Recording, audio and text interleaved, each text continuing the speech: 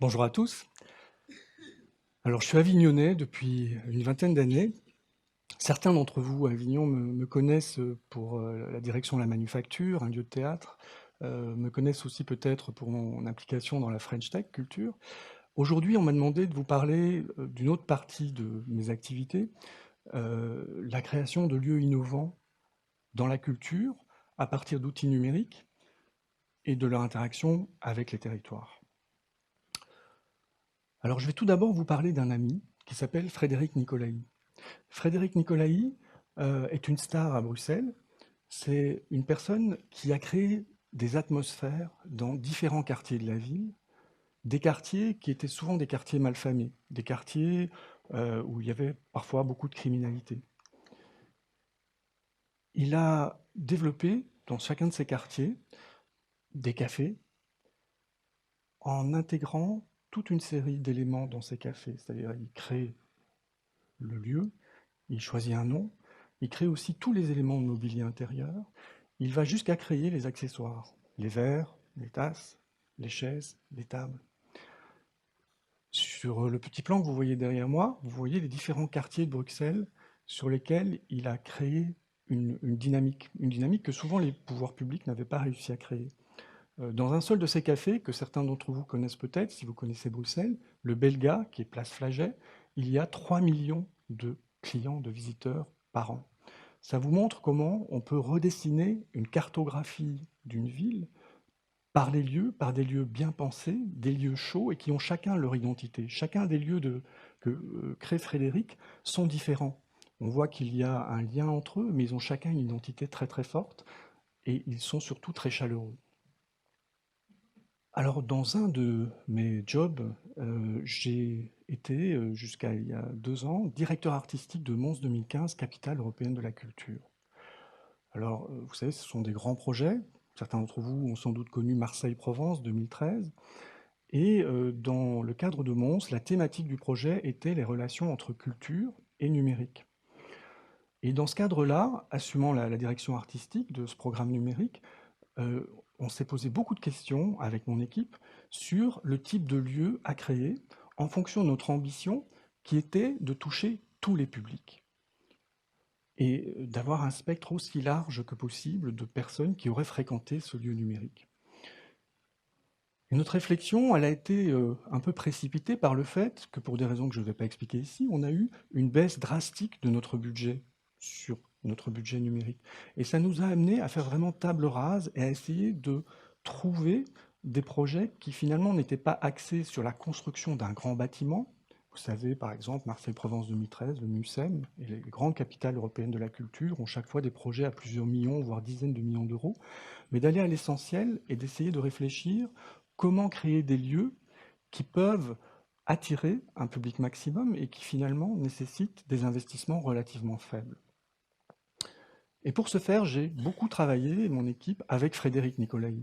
On a passé plusieurs semaines à imaginer, en faisant table rase de notre perception des lieux habituels, des lieux relativement ostentatoires de culture, comme un théâtre, un opéra ou un musée numérique, de voir comment repenser un concept différent. Et nous en sommes arrivés à créer un café et à choisir comme lieu culturel, pour le lieu numérique de Mons 2015, un café. Un café où il n'y a pas de barrière psychologique. Autant certains publics peuvent avoir une barrière pour aller dans un opéra, pousser la porte d'un opéra, pousser la porte d'un théâtre, pousser la porte d'un musée. Un café, surtout dans l'Europe du Nord, en Belgique, dans le nord de la France, c'est un lieu extrêmement convivial. C'est un lieu où il y a de la mixité sociale. C'est un lieu où on se rencontre. C'est un lieu où on parle à l'autre. C'est un lieu où il y a du vivre ensemble. Et donc on s'est dit, bah, finalement, vu notre objectif de toucher un maximum de public, nous allons faire un café. Et ce café, on l'a appelé Café Europa, puisque on était dans le cadre d'une capitale européenne de la culture et qu'on souhaitait s'élargir à un public européen. Sur l'image que vous voyez derrière, vous voyez les éléments de base de construction de ce projet qu'on a développé avec Frédéric, mais aussi avec des compagnons du devoir basés dans le nord de la France, à Gemont. Et vous voyez, on a utilisé des containers de récupération, des containers en fin de vie qui ont une vingtaine d'années d'expérience, qui coûtent 1 millier d'euros chacun.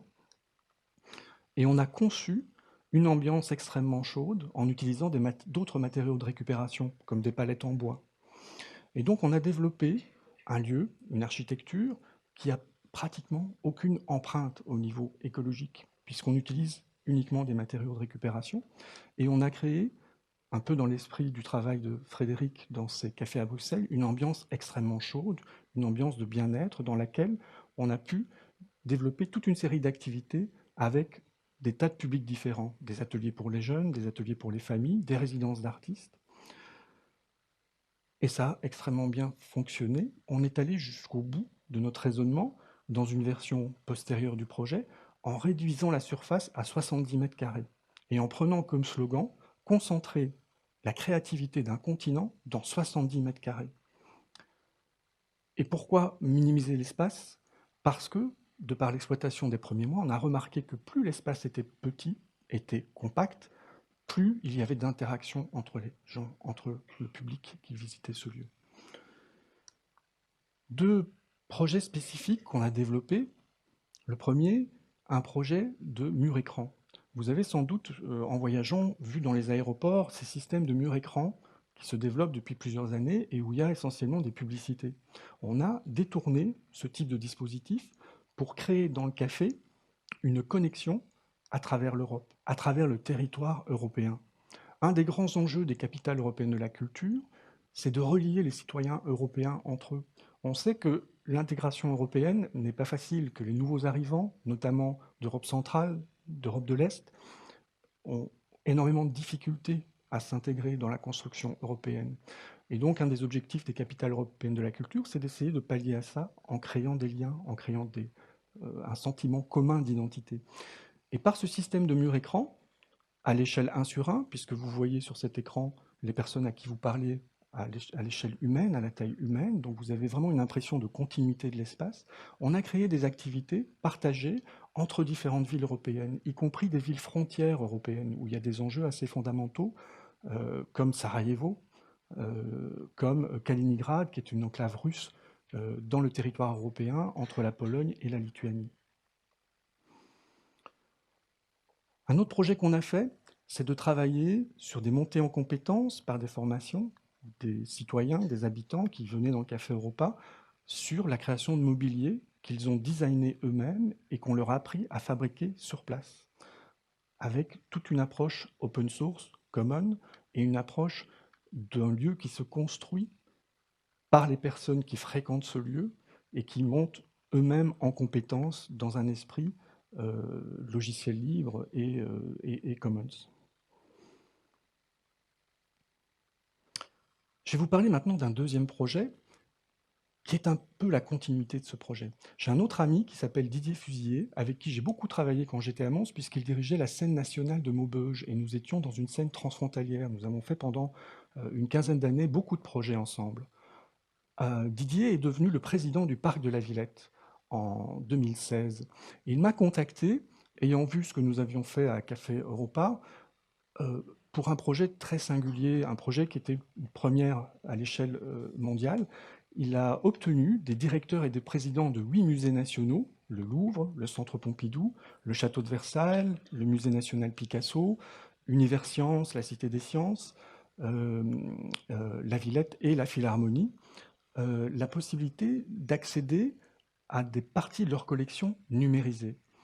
Et son objectif en arrivant à la présidence de la Villette était de ne plus essayer d'attirer les jeunes des cités nord de Paris à la Villette, sur le parc de la Villette, mais de créer des centres culturels de nouvelle génération qui répondent à un souci d'intégration de ces jeunes dans la communauté culturelle et artistique nationale et européenne. Le premier projet de ce musée numérique, qui est intégré dans un dispositif un peu plus large qui s'appelle Microfolie, a été implanté à Sevran. Sevran, c'est une ville au nord de Paris, pour ceux qui ne la connaissent pas, qui est une zone de sécurité prioritaire. C'est une des zones où il y a les plus hauts taux de criminalité en France, où il y a énormément de radicalisation, comme on en parle depuis quelques années. Et l'objectif était d'installer ce premier musée numérique à Sevran. Vous voyez une vue de la cité de Sevran et le type de territoire sur lequel on travaille. À Sevran, il n'y avait pas d'espace pour installer un musée numérique, même si on n'avait pas besoin de grandes surfaces. On est donc parti avec les équipes de la Villette, du bureau d'études de la Villette, sur un dispositif très léger. En fait, c'est une tente que vous voyez figurer derrière moi, qui a été installée au milieu des tours, que vous avez vu sur la diapositive précédente. Le principe du musée, en fait, c'est une évolution de ce que je vous ai présenté tout à l'heure et du Café Europa. On avait comme objectif de présenter 65 chefs-d'œuvre de la nation, parmi lesquels des œuvres numérisées comme la Joconde, Guernica, mais aussi des statuaires grecs du Louvre, des vues en 3 dimensions du château de Versailles. Et avec toute une équipe multidisciplinaire, nous avons travaillé pendant 4 mois avec les équipes de la Villette pour définir une scénographie qui permette de rendre ces œuvres, ces chefs-d'œuvre du patrimoine national et mondial accessibles. La solution que nous avons trouvée s'est inspirée de l'expérience du Café Europa. Nous avons travaillé avec un écran monumental que vous voyez derrière moi, avec cette vue de la Joconde, et un système de tablettes. Les tablettes permettant d'avoir des contenus enrichis. Sur l'écran défile un film avec 60 chefs-d'œuvre des 8 musées nationaux.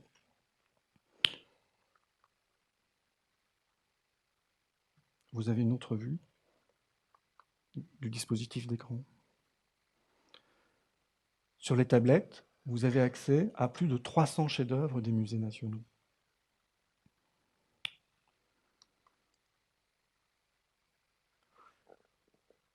Ce type de dispositif répond à toute une série d'enjeux.